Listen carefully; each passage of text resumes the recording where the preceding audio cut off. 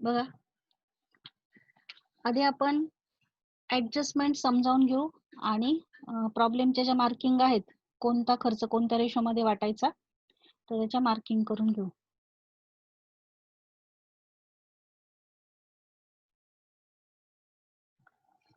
बघा, प्रॉब्लेम कडे बघा सगळ्यांनी. Excise industries limited was incorporated on 30 June 2008 to take over running business with effect from 1 April 2008. त्यांनी जो बिझनेस टेक ओव्हर केलेला आहे तो 1 एप्रिल 2008 ला टेक ओव्हर केलेला आहे आणि त्याचं रजिस्ट्रेशन जे आहे ते 30 जून 2008 ला झालेलं आहे. मग एप्रिल पासून ते 30 जून पर्यंतचे जे महिने काउंट होतात, एप्रिल, मे आणि जून, हे 3 महिने प्री इनकॉर्पोरेशनचे आहेत.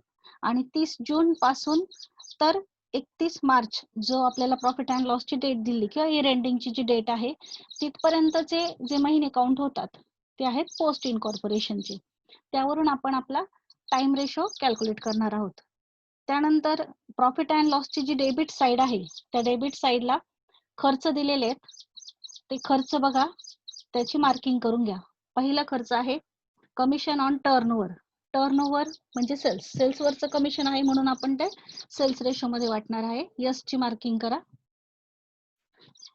त्यानंतर रेंट अँड टॅक्सेसवर ऍडजस्टमेंट आहे म्हणून त्याला ऍक्च्युअल ए ची मार्किंग करा. ऍडव्हर्टाइजमेंट आपण सेल्स रेशो मध्ये वाटणार आहोत त्यामुळे यस ची मार्किंग करा. Travelling allowances to administrative director म्हटलेले. ट्रॅव्हलिंग अलाउन्स जर सेल्समनला दिला तर आपण सेल्स रेशो मध्ये वाटतो, पण ऍडमिनिस्ट्रेटिव्ह डायरेक्टरला द्यायचा आहे. मग डायरेक्टरला जे काही देतो आपण ते पोस्टला दाखवतो त्यामुळे पी ची मार्किंग करा. त्यानंतर depreciation on building time ratio मध्ये वाटणार आहोत, टी ची मार्किंग करा. ब्रोकरेज हे सेल्सशी रिलेटेड आहे त्यामुळे यस ची मार्किंग करा. मॅनेजमेंट सॅलरी कॉमन खर्च आहे, टाइम रेशोत वाटणार आहोत, टी ची मार्किंग करा. त्यानंतर टेंडरिंग एक्सपेन्सेस, टेंडर सेल्स साठी असतं त्यामुळे सेल्स रेशो मध्ये वाटणार आहोत, यस ची मार्किंग करा. त्यानंतर repairs to building, repairs to building common खर्च आहे, टाइम रेशोत वाटणार आहोत, टी ची मार्किंग करा. त्यानंतर बॅड डेट्स, बॅड डेट्सवर ऍडजस्टमेंट आहे म्हणून ऍक्च्युअल लिहा, ए ची मार्किंग करा. बॅड डेट्स प्रोव्हिजन म्हणजे आरडीडी, आरडीडी आपण नेहमी पोस्टला दाखवतो. सर्व प्रकारचे रिझर्व्ह आणि प्रोव्हिजन्स या पोस्टला दाखवायचे असतात म्हणून पी ची मार्किंग करा. आणि last one allowances to debtors, डेटर्सला अलाउन्स दिला. डेटर्स हे उधारीवर विक्रीशी रिलेटेड असतात म्हणजे सेल्सशी रिलेटेड असतात म्हणून allowances to debtors sales ratio मध्ये वाटणार आहोत, यस ची मार्किंग करा. त्यानंतर क्रेडिट साइडला ग्रॉस प्रॉफिटचा ग्रॉस प्रॉफिट दिलेला आहे तो आपण सेल्स रेशो मध्ये वाटणार आहोत. आणि रेंट जे आहे त्यावर ऍडजस्टमेंट आहे म्हणून त्याला ऍक्च्युअल साठी ए ची मार्किंग करा, क्रेडिट साइडचं रेंट. आता आपण इम्पॉर्टंट डेट्स लिहून घेऊ.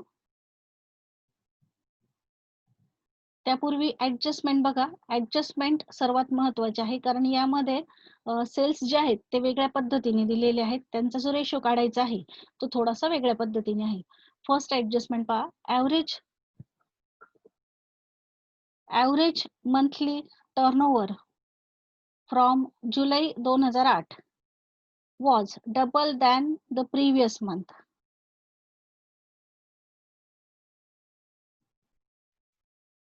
बघा, ऍव्हरेज मंथली सेल्स जे आहेत जुलै 2008 पासूनचे ते डबल आहेत than the previous month, previous month पेक्षा डबल आहेत. म्हणजे जुलै 2008 पर्यंतचे जे सेल्स आहेत ते त्याच्यापेक्षा पुढचे जे आहेत ते डबल आहेत. मग जर पुढचे 2 मांडले तर अगोदरचे आपण 1 मांडणार आहोत आणि त्यावरून आपण त्याचा सेल्सचा रेशो काढणार आहोत. तो कसा काढायचा ते आपण नंतर कॅल्क्युलेशन मध्ये पाहू. बघा, फर्स्ट ऍडजस्टमेंट जी आहे ती आहे ऍव्हरेज मंथली टर्नओव्हर किंवा sales from July 2008 was double than that previous month. Previous मंथच्या डबल आहेत. म्हणजे जर पुढचे 2 मानले तर अगोदरचे आपण 1 मानणार आणि त्याच्यानुसार जेवढे मंथ्स येतात प्रीचे आणि पोस्टचे त्याला गुणाकार करून कॅल्क्युलेशन करणार आहोत. ती ज्या वेळेला वर्किंग नोट येईल त्यावेळेला मी ते पुन्हा एक्सप्लेन करते. त्यानंतर रेंटवर ऍडजस्टमेंट आहे. Rent up to 30 June. 30 June पर्यंतचं जे रेंट आहे म्हणजे प्री इनकॉर्पोरेशन पिरियड मधलं was paid at ₹200 per month. ते 200 रुपये पर मंथनी पेड करायचं आहे. And thereafter it was increase by ₹50 आणि त्यानंतर ते 50 रुपयाने इनक्रीज झालेला आहे. आता आपल्याला जो रेंटचा आयटम दिलेला आहे डेबिट साईडला तो फक्त रेंट नाहीये, तर रेंट अँड टॅक्सेस नावाचा आयटम आहे. मग आपल्याला त्याची वर्किंग नोट तयार करावी लागेल. रेंट पहिल्या 3 महिन्यांचं 200 रुपयाने कॅल्क्युलेशन करावं लागेल आणि पुढच्या 9 महिन्यांचं 250 रुपयाने कॅल्क्युलेशन करावं लागेल. त्यानंतर टोटल अमाऊंट जी येईल ती टॅक्स रेंट अँड टॅक्सेस मधून जी 3250 ची अमाऊंट आहे त्यातून लेस करावी लागेल आणि उरलेली जी बॅलन्सिंग फिगर येईल ती टॅक्सची येईल. मग टॅक्स पुन्हा आपल्याला टाइम रेशोत वाटावा लागेल. त्याची आपण वर्किंग नोट पुढे पाहणार आहोत. त्यानंतर तिसरी ऍडजस्टमेंट आहे bad debts of ₹1050 were related to sales effected before registration of the company. 1050 रुपयाचे जे सेल्स आहेत ते बिफोर रजिस्ट्रेशन आहेत. बॅड डेट्स आहेत ते बिफोर रजिस्ट्रेशनशी रिलेटेडचे सेल्स आहेत. मग 1050 रुपये जे बॅड डेट्स आहेत एकूण बॅड डेट्स पैकी ते आपण प्री इनकॉर्पोरेशनला दाखवणार. टोटल बॅड डेट्स आहेत 1550. त्यातून 1050 वजा करून उरलेले 500 रुपये आपण पोस्ट इनकॉर्पोरेशनला दाखवणार आहोत. त्याची पण वर्किंग नोट तयार करायची आहे. त्यानंतर rent receive were directly proportionate to time factor. Rent receive time ratio मध्ये वाटा असं सांगितलेलं आहे परंतु त्यावर ऍडजस्टमेंट आहे म्हणून आपण त्याला ऍक्च्युअलची मार्किंग केली, पण वाटताना आपण ते टाइम रेशो मध्ये वाटणार आहोत. You are required to find out profit prior to and post incorporation showing the basis of apportionment. What accounting entry may be pass for transfer of profit prior to and post incorporation. आणि मग लास्टला जो post इनकॉर्पोरेशनचा आणि pre इनकॉर्पोरेशनचा profit आहे म्हणजे capital profit आणि revenue profit त्याची काय अकाउंटिंग एंट्री होईल हे विचारलेलं आहे. फर्स्ट आपण आता डेट्स लिहून घेऊ. इम्पॉर्टंट डेट्स लिहून घ्या. Date of acquisition 1 April 2008. Then date of incorporation 30th June 2008 and date of financial year end 31st March 2009. Important dates अगोदर फर्स्ट वर्किंग नोट मध्ये लिहून घ्या. Date of acquisition, then date of incorporation, then date of financial year end. त्यानंतर आपण आपली second working note time रेशोची काढतोय. Time रेशोचं कॅल्क्युलेशन करा. टाइम रेशोचं कॅल्क्युलेशन करण्यासाठी 2 भाग करा. प्री इनकॉर्पोरेशन टाइम आणि post incorporation time. Pre incorporation मध्ये आपण 1 एप्रिल 2008 ते 30 जून 2008 म्हणजे इनकॉर्पोरेशनच्या तारखेपर्यंतची डेट टाकली 1 एप्रिल ते 30 जून. आणि इकडे पोस्ट इनकॉर्पोरेशन मध्ये 30 जून पासून 31 मार्च पर्यंत. कॅल्क्युलेशन करून प्री इनकॉर्पोरेशनला 3 महिने होतात, पोस्ट इनकॉर्पोरेशनला 9 महिने, म्हणून रेशो आला 3:9. त्यानंतर 3 ने भाग जातो, 3 एक 3, 3 त्रिक 9, म्हणून फायनल रेशो आला 1:3. Time ratio 1:3. टाइम रेशो लिहा 1:3. त्याला चौकोन करा, हायलाइट करत जा प्रत्येक गोष्ट. त्यानंतर सेकंड कॅल्क्युलेशन जे आहे सेल्स रेशोचं ते फार महत्वाचं आहे, कारण इथून मागचे जे प्रॉब्लेम होते त्या प्रॉब्लेम मध्ये डायरेक्ट जी तुमची टोटल सेल्सची अमाऊंट होती ती दिली जायची. त्यापैकी प्री इनकॉर्पोरेशनचे एवढेत किंवा पोस्ट इनकॉर्पोरेशनचे एवढेत अशी अमाऊंट असायची आणि आपण टोटल सेल्स मधून तेवढी वजा करून उरलेली नेक्स्ट पिरियडला दाखवायचो आणि त्याचा रेशो काढायचो. पण ह्या प्रॉब्लेम मध्ये ऍडजस्टमेंट वेगळ्या पद्धतीने दिलेली आहे.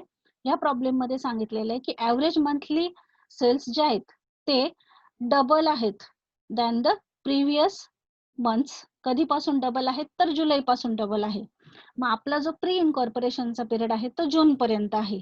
म्हणजेच पहिल्या 3 महिन्याचे जे सेल्स आहेत ते निम्मे आहेत पुढच्या पेक्षा, म्हणून आपण पुढचे 2 मानले पुढच्या पिरियड मधले, तर अगोदरच्या पिरियड मधले 1 होते. म्हणून नोट मध्ये आपण असं लिहिलं, average monthly turnover from July 2008 was double than the of previous month.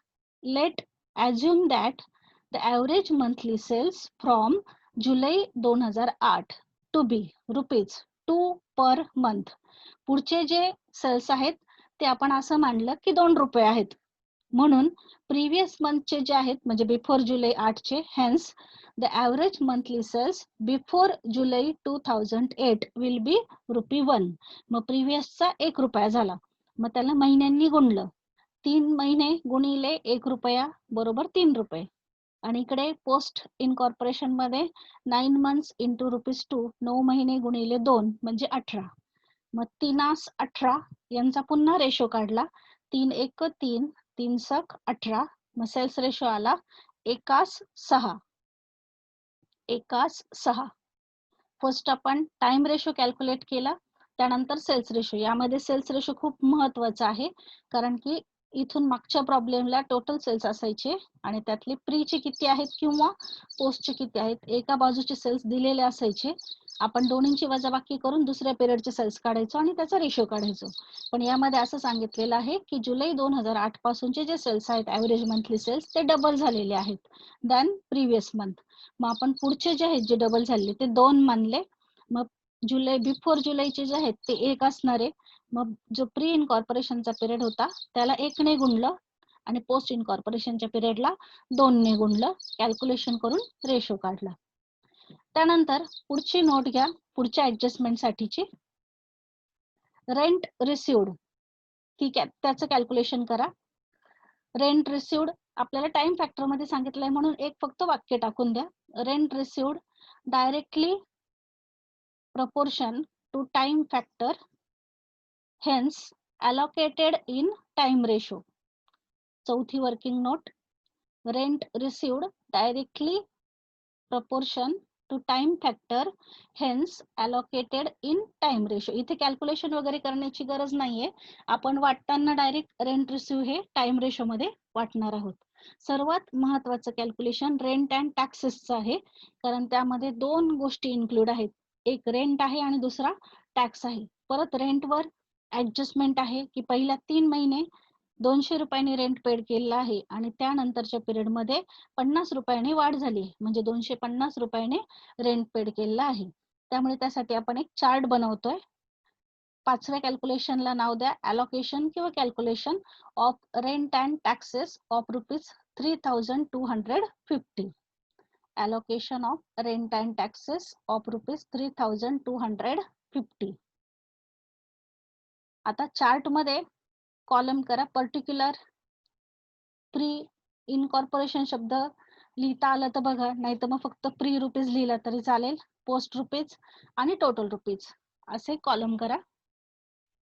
Particular pre incorporation लिहिता आलं तर पहा, नाही तर प्री रुपीज आणि पोस्ट रुपीज आणि टोटल रुपीज असे कॉलम करा. अमाऊंट साठी 3 कॉलम, पर्टिक्युलरचा 1 कॉलम. त्यानंतर जे पहिल्या 3 महिन्यांचा रेंट आहे तो पूर्णपणे प्री इनकॉर्पोरेशनचा आहे, म्हणून rent up to 30th June at ₹200 per month, that is 3 गुणिले 200 केले, ते पूर्णच्या पूर्ण 600 रुपये आपण प्री इनकॉर्पोरेशनला दाखवले. पोस्टला काहीच दाखवू नका, टोटलला 600 दाखवा. त्यानंतर 250 रुपये रेंट झालेले, 50 रुपयाने वाढ झालेली, म्हणून rent after 30th June at ₹250 per month, that is 9 महिने होतात नंतरचे, म्हणून 9 गुणिले 250 केले, कॅल्क्युलेशन करून 2250 रुपये पोस्टला दाखवा, कारण की प्रीचे 3 महिने आहेत आणि पोस्ट इनकॉर्पोरेशनचे 9 महिने आहेत, म्हणून 2250 रुपये पोस्टला दाखवा, टोटलला 2250 रुपये. आता ह्या दोन्हींची जर आपण बेरीज केली, 600 अगोदरचे आणि नंतरचे 2250, तर ही टोटल होते 2850 रुपये. आपल्याकडे टोटल रेंट अँड टॅक्सेसची अमाऊंट आहे 3,250 रुपये. मग 3,250 मधून 2,850 रुपये वजा केले तर आपल्याकडे बॅलन्स राहिला 400 रुपये. मग हा 400 रुपयाचा जो बॅलन्स आहे त्याला आपण टॅक्स म्हणणार आणि तो टॅक्स आपण नेहमीप्रमाणे टाइम रेशो मध्ये वाटणार. मग remaining balance will be taxes which is to be allocated in time ratio, that is एकास 3, 1:3. मग 400 रुपये एकास 3 मध्ये वाटले. प्रीला 100 आणि पोस्टला 300, एकूण 400 रुपये आहेत. आता बेरीज केली. बेरीज करताना उभी बेरीज करा. बेरीज करताना उभी बेरीज करा. बघा 600 आणि 100 700, त्यानंतर 2,250 आणि 300 2,550 आणि बरोबर ह्यांची टोटल आली 3,250 रुपये. म्हणजे आता आपण रेंट अँड टॅक्सेसचा जो खर्च आहे तो कसा अलोकेट करणार. प्रीला 700 रुपये दाखवणार आणि पोस्टला 2,550 रुपये दाखवणार आहोत. ही झाली रेंट अँड टॅक्सेसची ऍडजस्टमेंट. त्यानंतर बॅड डेब्ट्स वर ऍडजस्टमेंट आहे. बॅड डेब्ट्स जे आहेत त्यापैकी 1,050 रुपयाचे जे बॅड डेब्ट्स आहेत ते कशाशी रिलेटेड आहेत. Were related to sales effected before registration. Before रजिस्ट्रेशनशी रिलेटेड जे सेल्स आहेत त्याच्याशी रिलेटेड 1,050 रुपयाचे बॅड डेब्ट्स आहेत. म्हणजेच ते कोणत्या पिरियड मधले आहेत. प्री इनकॉर्पोरेशन मधले आहेत. आणि रिमेनिंग जे 500 रुपयाचे बॅड डेब्ट्स आहेत ते पोस्ट इनकॉर्पोरेशनचे आहेत. म्हणजे आपण प्रीला 1,050 दाखवणार आहोत आणि पोस्टला 500 रुपये दाखवणार आहोत. बॅड डेब्ट्सचे अलोकेशन लिहून घ्या. Allocation of bad debts. Bad debts rupees 1,050 were related to sales effected before registration, that is pre-incorporation. Remaining rupees 500 in post-incorporation. Working note आपल्या झालेल्या आहेत. आता स्टेटमेंट आखा. वरती नाव द्या. In the books of Exide Industries Limited, statement showing profits prior to and post incorporation for the year ended 31 March 2009. Column करा. Particular, basis of allocation, ratio, total rupees. त्यानंतर pre incorporation मध्ये 2 column debit आणि credit. Post incorporation मध्ये 2 column debit and credit.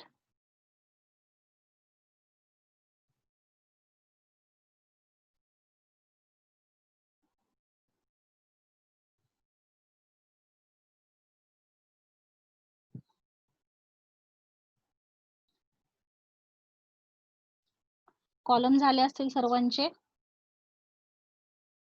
पोस्टिंगला सुरुवात आपण gross profit पासून करणार आहोत. फर्स्ट ग्रॉस प्रॉफिट दाखवा. बेसिस मध्ये सेल्स. बेसिस मध्ये सेल्स.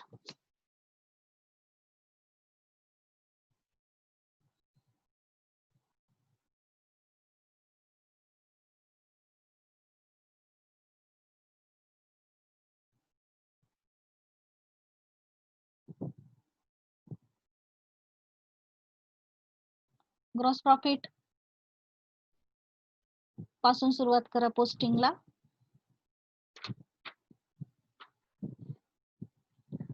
बघा gross profit basis of allocation मध्ये सेल्स. रेशो मध्ये सेल्सचा रेशो टाका 1:6. टोटल मध्ये 84,000. 1:6 मध्ये ग्रॉस प्रॉफिट वाटायचं आहे पण वाटताना क्रेडिट साइडला वाटायचं आहे. प्री इनकॉर्पोरेशनची क्रेडिट साइड आणि पोस्ट इनकॉर्पोरेशनची क्रेडिट साइड. 7 ने भाग द्या. एक भाग 12,000चा आला. 12,000 आणि 72,000. त्यानंतर रेंट रिसिव्ड आहे तो आपण टाइम रेशोत वाटणार आहोत पण ऍडजस्टमेंट असल्यामुळे ऍक्च्युअल लिहिले. टोटल अमाऊंट आहे 640 रुपये. टाइम रेशो मध्ये वाटा. 640 ला 4 ने भाग द्या. एक भाग 160 रुपयाचा आणि 3 भागांसाठी 480 रुपये. दोनच अमाऊंट होत्या क्रेडिट साईडला. आता टोटल कॉलमची बेरीज करा. 84,640 रुपये. क्रेडिट साईडला दोन अमाऊंट होत्या, ग्रॉस प्रॉफिट आणि रेंट रिसिव्ह. त्यानंतर त्याची बेरीज केली टोटल कॉलमची. आता डेबिट साईड. डेबिट साईडचा पहिला खर्च आहे commission on turnover. Sales ratio मध्ये वाटा 1:6 रेशो मध्ये. टोटल अमाऊंट मध्ये 2,100 रुपये. 2,100 ला 7ने भाग दिला, 7 21, 300 रुपयाचा एक भाग.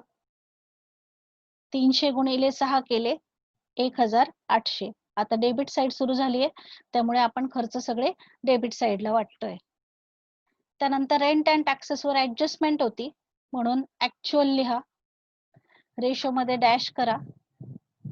टोटल अमाऊंट आहे 3,250 रुपये.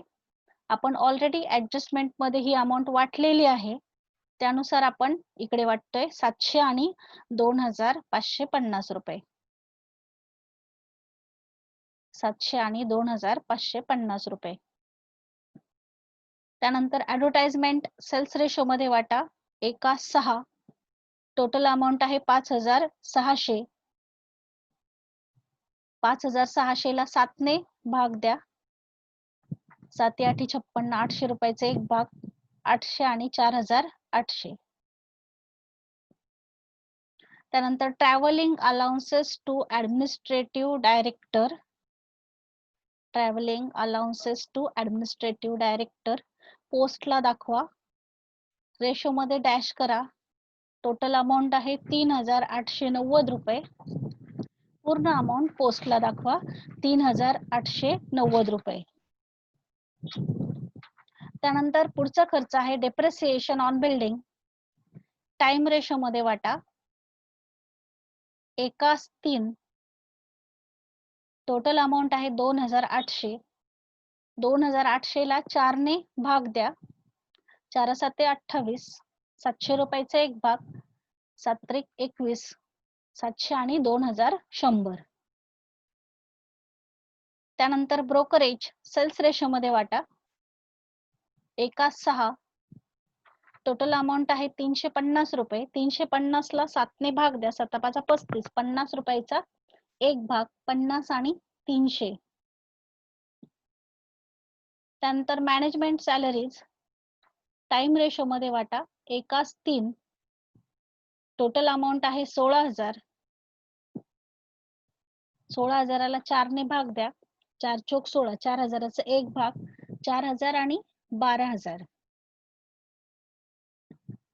त्यानंतर टेंडरिंग एक्सपेन्सेस सेल्स रेशो मध्ये वाटा 1:6. टोटल अमाऊंट आहे 7,000. 1,000 आणि 6,000. त्यानंतर repairs to building time ratio मध्ये वाटा. Repairs to building time ratio मध्ये वाटा 1:3. 1:3. टोटल अमाऊंट आहे 600.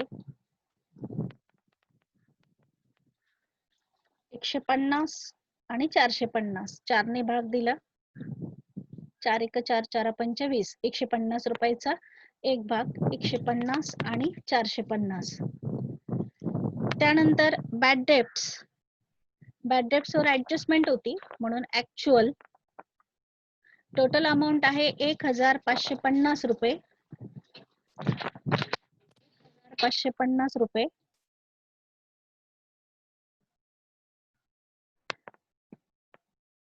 ऍडजस्टमेंट नुसार आपण 1,050 रुपये प्री इनकॉर्पोरेशनला दाखवले आणि 500 रुपये पोस्ट इनकॉर्पोरेशनला दाखवले.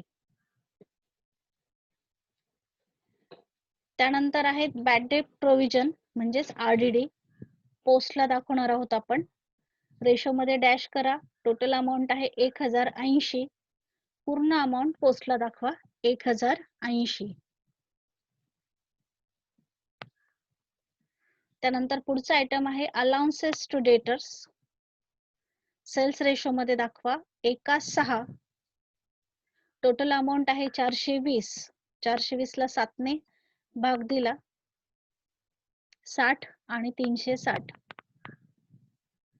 आता जे तुमच्या डेबिटचा कॉलम होता टोटलचा, म्हणजे थोडक्यात त्या टोटलच्या कॉलमची बेरीज केली, ती बेरीज आलेली आहे 44,640 रुपये.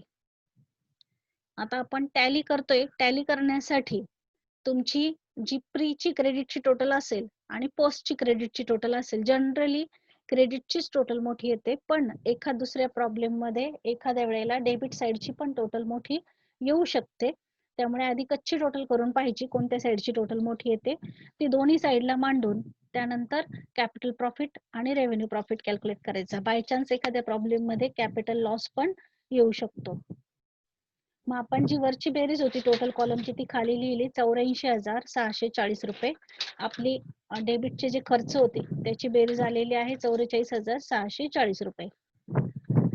त्यानंतर प्रीची क्रेडिट टोटल केली 12,160 रुपये, ती दोन्हीकडे मांडली. पोस्टची क्रेडिटची टोटल केली 72,480 रुपये, ती दोन्ही साईडला मांडली. आता बॅलन्स काढतोय. बॅलन्सला म्हणायचं नेट प्रॉफिट आणि त्याच्या खालच्या ओळीवर लिहायचं nature of profit. Net profit आला आपलं वजाबाकी करून 40,000 रुपये. कॅपिटल प्रॉफिट आला 3,350 रुपये आणि रेव्हेन्यू प्रॉफिट आला 36,650 रुपये.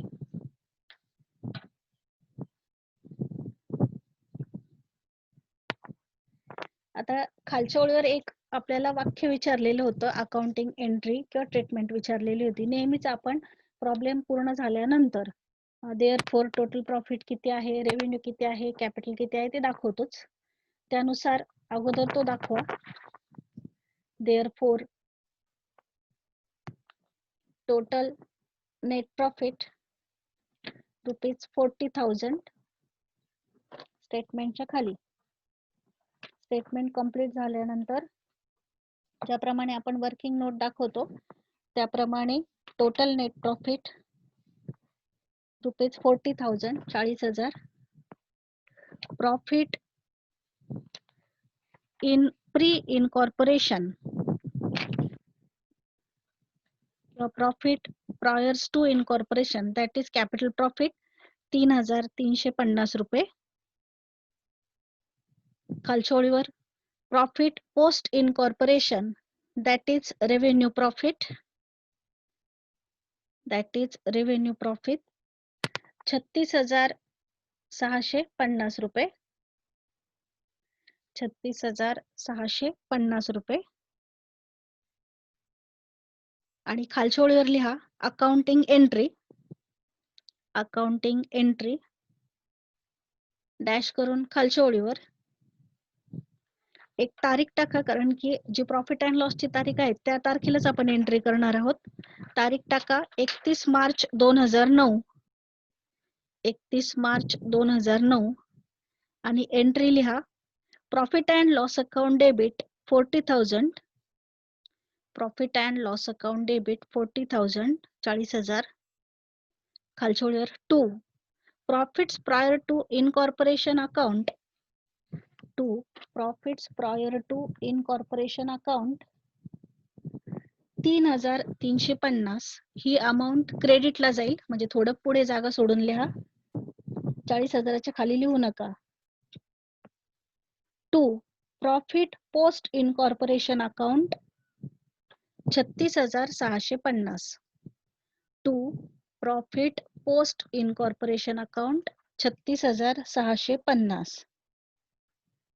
आणि कंसात नॅरेशन टाका